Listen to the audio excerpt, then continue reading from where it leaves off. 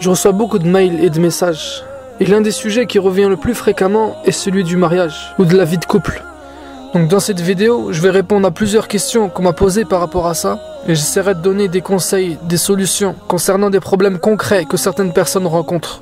La première chose que je dirais, c'est que ton conjoint ou ta conjointe, c'est toi qui l'as choisi. Personne ne te l'a imposé.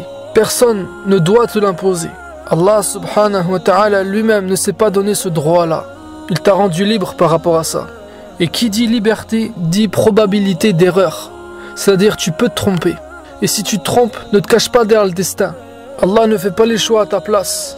Il sait juste les choix que tu vas faire. Et c'est ça le destin. C'est ça qu'il a écrit dans ton destin. Je te renvoie à l'une de mes vidéos dans laquelle je t'explique la notion du destin très simplement. Il ne faut pas comprendre la notion du destin comme une chose qui a été décrétée et sur laquelle tu n'as aucun pouvoir. Quoi que tu fasses, ça ne changera rien. Et que même si tu fais rien, de toute façon ça tombera du ciel. Non, ça c'est une erreur, une mauvaise compréhension. Et donc une faiblesse dans la foi. Car croire au destin fait partie de la foi. Et donc si ta croyance au destin est biaisée, ta foi est faible. Et si ta foi est faible, tu vas t'égarer. Donc sache mon frère, ma soeur, toi qui as envie de te marier, qui a l'âge, qui est prêt, qui ressent ce besoin, cette envie, sache que ton mari ou ta femme va pas tomber du ciel. Et je m'adresse surtout à vous mes sœurs. Je vous le dis, il faut pas croire que le mari idéal va venir un beau matin taper à votre porte. Ça marche pas comme ça, et encore moins à notre époque.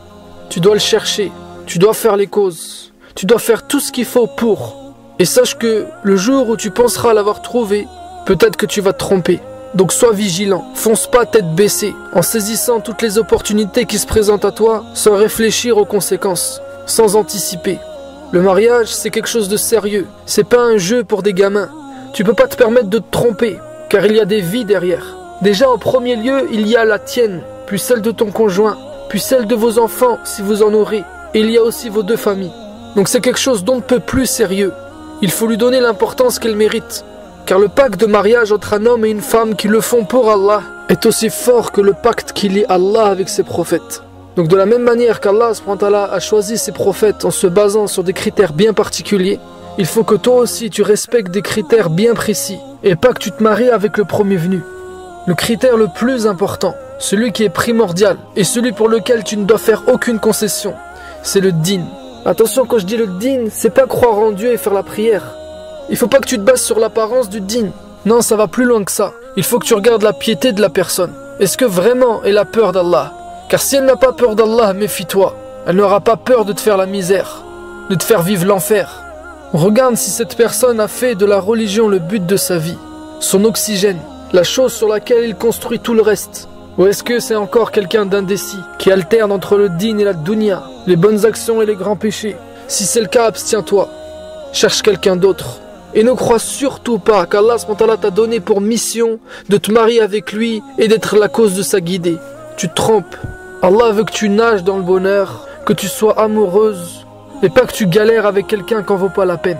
Donc ma sœur, marie-toi avec quelqu'un de mûr, de mature, pas avec un enfant. Marie-toi avec un homme, quelqu'un de responsable. Pas un mec qui s'habille comme un beau gosse et qui sort en soirée. Pas un mec qui joue dans 30 millions d'amis. Car sache que si tu te maries avec quelqu'un qui a beaucoup de copains, tu passeras après ses copains. Et si tu passes après ses copains, tu t'es marié avec quelqu'un qui a une double vie. Avec quelqu'un que tu ne connais pas. Et plus le temps va passer, plus tu vas apprendre des choses sur lui qui vont te choquer. Tu vas tomber de haut. T'aurais jamais pensé ça de lui. Donc ça c'est la première chose. C'est le plus important. Après tous tes autres critères, classe-les par ordre de priorité. Et ceux qui sont secondaires, tu peux faire des concessions dessus. Car il se peut que tu ne rencontres jamais la personne idéale. Donc il ne faut pas non plus être trop exigeant, même s'il y a des choses qui sont non négociables. Donc ma soeur, mon frère, avant de te baser sur des sentiments, il faut que tu prennes en compte ta raison. Il faut d'abord que tu sois raisonnable avant d'être amoureux. C'est ça la différence entre quelqu'un qui est responsable et quelqu'un qui ne l'est pas. Car par rapport au mariage, la raison est quelque chose de solide et les sentiments quelque chose de dangereux. Les sentiments, ils vont t'aveugler, ils vont te faire rêver. Mais ta raison, elle va te mettre les points sur les i. Elle va te faire redescendre sur terre. Quand on est amoureux, on voit que ce qu'on a envie de voir. On voit des signes partout. Mais crois-moi, la plupart du temps, c'est du vent. Il n'y avait rien, t'as juste vu un mirage.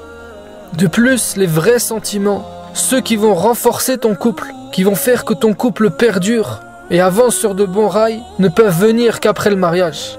Les sentiments naissent qu'après avoir vécu avec la personne, pas avant.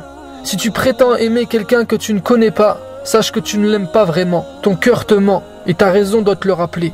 Et ça, c'était mon deuxième conseil.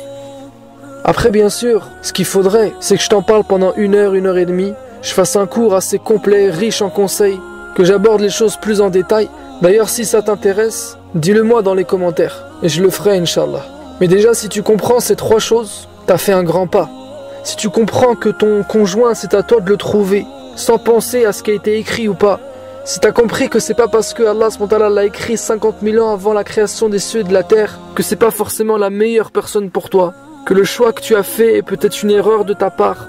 Et également, si tu te bases sur des critères importants et non négociables, et que tu te sers d'eux pour faire le tri, en te basant avant tout sur eux et pas sur tes sentiments, que tu vas au-delà des apparences, et que tu fais ton choix de manière intelligente, réfléchie et mature, alors t'as compris l'essentiel. Et je te souhaite tout le bonheur du monde. Sur ce, je te dis à la prochaine vidéo, Inch'Allah.